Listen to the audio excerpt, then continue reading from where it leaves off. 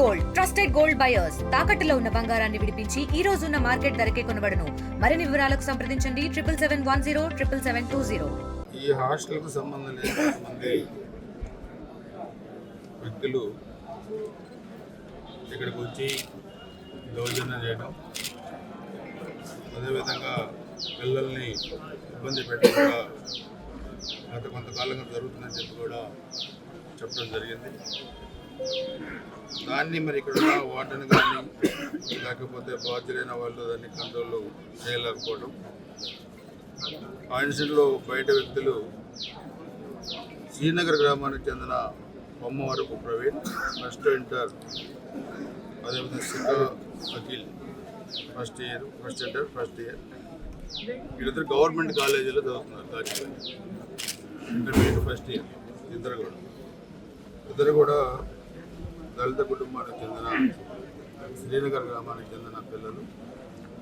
వీళ్ళు అక్కడ చదువుకునేటప్పుడు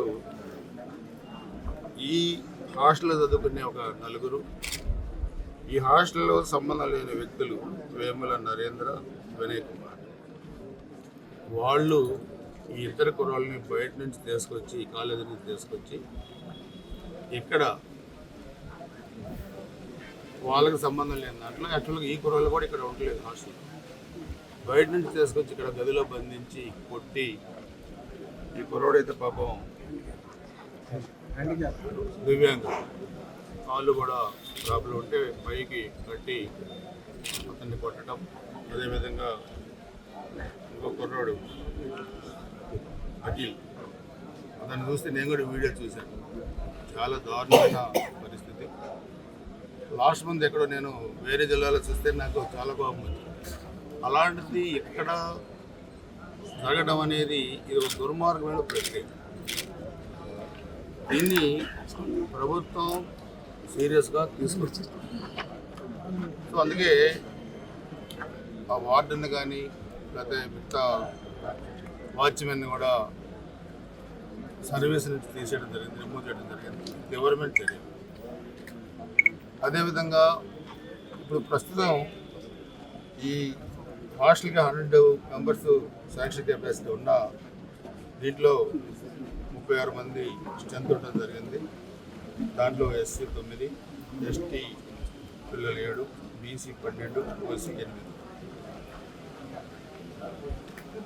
దీంట్లో ఈ బాధ్యులు ఎవరైతే ఈ హాస్టల్లో ఉన్న వాళ్ళు నలుగురు ఉన్నారు ఈ సంఘటనలో, ఈ కొట్టిన సంఘటనలో. సో వాళ్ళని హాస్టల్ నుంచి బయటికి పంపించేస్తారు. So there is no entry, 34% in hostel. వాళ్ళకి ఎంట్రీ లేదు ఈ హాస్టల్. వాళ్ళు బయటికి పంపిస్తాం. చర్యలు కూడా చూస్తే అన్ని సెక్షన్స్ కూడా పెట్టడం జరిగింది, చట్టపరంగా చర్యలు తీసుకోవడం జరిగింది. సో ఈ ప్రవీణ్, అఖిల్ ఎవరైతే ఉన్నారో వీళ్ళిద్దరు కూడా మరి పేద వర్గాలకు చెందిన వాళ్ళు. సో వాళ్ళకు కూడా ఈ కాలేజ్ ఇక్కడ ఈ కాలేజీలో చదువుకోవడం కొంత మాకు భయంగా ఉందని కూడా చెప్పారు. దీన్ని నేను జిల్లా కలెక్టర్ గారితో కూడా ఈరోజు మాట్లాడాను. వీళ్ళకు ఎక్కడ బాగా చదువుకోవడానికి ఏ కాలేజీలో వీళ్ళు వెళ్ళడానికి స్మూత్ వ్యక్తం చేస్తారు ఆ కాలేజీలో చేర్పించి వాళ్ళకి అన్ని విధాలుగా చదువుకోవడానికి, ఉన్నతమైన స్థానానికి రావడానికి కూడా ప్రభుత్వం చర్యలు తీసుకుంటుంది. నేను కూడా చర్యలు తీసుకుంటాను. సో ఈ సంఘటన నేను పూర్తిగా కూడా ఖండిస్తున్నాను. దీన్ని కొంతమంది రాజకీయం చేయాలని చూశాను. నేను ఏమంటానంటే, సంఘటనలు జరిగినప్పుడు మానవ దృక్పథంతో స్పందించి ఈ కుటుంబాలకి అండగా ఉండాలి. ఏదో ఒక వీడియో రిలీజ్ చేసి ఇంట్లో కూర్చొని గడ్డాలు పెంచుకుంటే కుదరదు. మా సీనియర్ మళ్ళీ గడ్డ అంటే కోపం వస్తుంది.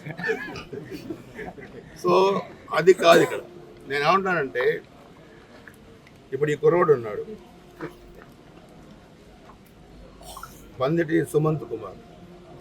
ఈ కుర్రోడు కూడా శ్రీనగర్ గ్రామం, ఒక పేద దళిత కుటుంబంలో పుట్టి అతను MBBS free seat, medical free seat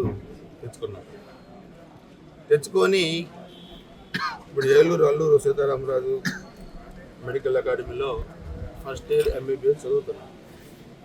ఈ కుర్రోడి విషయం ఆ గ్రామానికి చెందిన టీడీపీ నాయకులు నా దృష్టికి తీసుకొచ్చినప్పుడు వీళ్ళది పేద కుటుంబం, ఈ ఫీజులు, గవర్నమెంట్ ఫీజులు కూడా కొంత కట్టలేని పరిస్థితి ఉందంటే నేను కూడా ఎప్పటి నుంచో అనుకుంటున్నాను, ఇక్కడ మన ప్రాంతంలో ఇలా మెడికల్ సీట్లు వచ్చే వాళ్ళు కానీ ఇంజనీరింగ్ సీట్లలో ఎవరైనా పేద కుటుంబాలు చదువుకొని పైకి రావాలనుకునే వాళ్ళు కానీ కొంత మనం కూడా వ్యక్తిగతంగా చేద్దామని నేను చాలా సంతోషించాను సుమంత్ కుమార్ విషయంలో.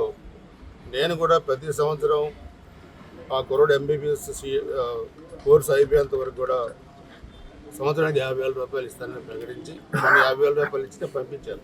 దళిత కార్యకర్తలపై దళిత నాయకులపై SC/ST కేసు పెట్టారు. వాళ్ళ మీద దళితుల మీదే డాక్టర్ సుధాకర్ కావచ్చు, లేకపోతే ఎంతోమంది రాష్ట్రంలో హత్య చేశారు. ఇది మీరు ఆలోచించాల్సిన ఇష్యూ. ఈరోజు సంవత్సరం 2 నెలలు అయింది ఎన్డీఏ ప్రభుత్వ అధికారుల నుంచి. ఎక్కడన్నా గురిజాల నియోజకవర్గంలో ఎక్కడన్నా దాడులు జరిగినాయా? వైసీపీ కార్యకర్తలు ఎవరైనా చనిపోయారా? ఎక్కడన్నా ఆస్తులు విధ్వంసం జరిగినాయా? లేదా 14-19 మధ్య తెలుగుదేశం ప్రభుత్వం ఉన్నప్పుడు కానీ నేను ఎమ్మెల్యే ఉన్నప్పుడు జరిగినాయా? లేదు. మరి ఇప్పుడు పీస్ఫుల్గా ఎందుకు ఉంది నియోజకవర్గం? 19-24 మధ్య విధ్వంసం ఎందుకు చేశారు? సో అందుకని ఇవన్నీ కూడా నేను మీడియా ద్వారా అందరికీ నేను తెలియజెప్పేది ఏంటంటే నియోజకవర్గ ప్రజలకి, సో ఈ ప్రభుత్వం పేద ప్రజల పట్ల చిత్తశుద్ధితో పనిచేస్తుంది.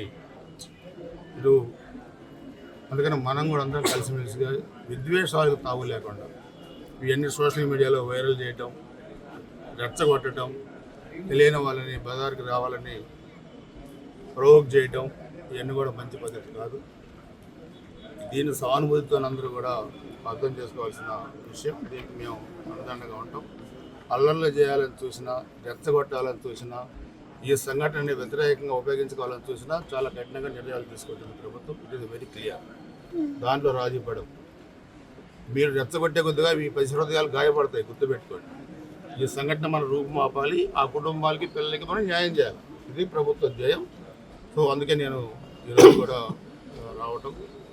చాలామంది ఈరోజు దళిత సంఘాలు, MRPS నాయకులు, నేను కూడా వాళ్ళ రాష్ట్ర నాయకత్వంతో మాట్లాడాను. వాళ్ళు కూడా జరిగిన సంఘటన అంతా కూడా చెప్పాను. తప్పకుండా వాళ్ళు కూడా సౌకర్యంతో అర్థం చేసుకున్నారు.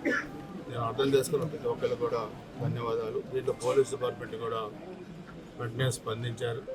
వాళ్ళు కూడా సరైన పద్ధతిలో వ్యవహరించారు. అదేవిధంగా ఈరోజు BC హాస్టల్ ఇన్ఛార్జి వార్డెన్ గారు, అదేవిధంగా వెల్ఫేర్ ఆఫీసర్ గారు, వాళ్ళు కూడా నేను చెప్పేది, నేను కూడా ఒకసారి మాట్లాడి దీన్ని అవసరమైతే ఏదన్నా గవర్నమెంట్ ల్యాండ్ ఒకటి మనం చూసుకొని పర్మనెంట్ బిల్డింగ్ కట్టించడానికి కూడా ప్రభుత్వంతో మాట్లాడి నిధులు కూడా తీసుకొస్తాను. 30 సంవత్సరాలుగా రాజకీయాల్లో ఉన్న నేను 7 సార్లు పోటీ చేసే అవకాశం కల్పించిన ఈ నియోజకవర్గంలో నాకు అన్ని కులాలు, అన్ని మతాలు నాకు సోదర సమానం.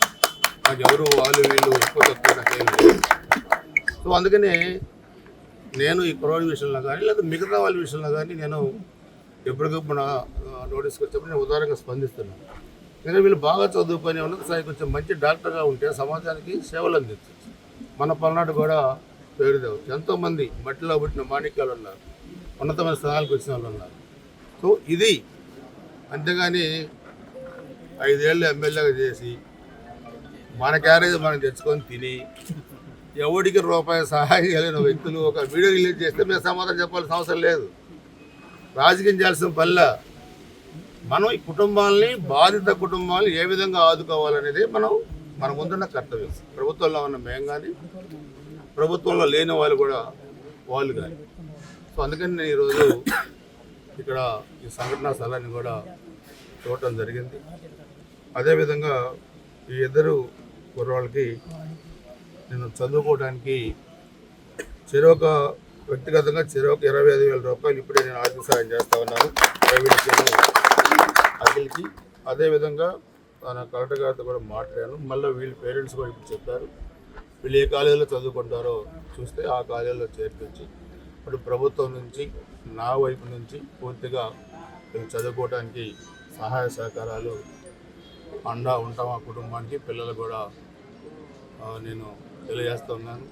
జరిగిన సంఘటనని మనసులో పెట్టుకోకుండా, ఎందుకంటే ఆ వీడియో చూస్తేనే మనకే ఓర్చుకోలేని పరిస్థితి, అంత కోపం వచ్చింది. చిన్నపిల్లలు ఆ విధంగా పైశాచంగా ప్రవర్తించడం అనేది దుర్మార్గం, దురదృష్టం కూడా. సో వీళ్ళకు కూడా నేను అవన్నీ కూడా మనసులో కొంట చదివేసుకొని చదువు మీద దృష్టి పెట్టండి, పూర్తిగా ప్రభుత్వం అండదండగా ఉంటుందని చెప్పి కూడా నేను తెలియజేసుకుంటూ, అదేవిధంగా మన సంపత్ కుమార్ని కూడా అభినందిస్తున్నాను.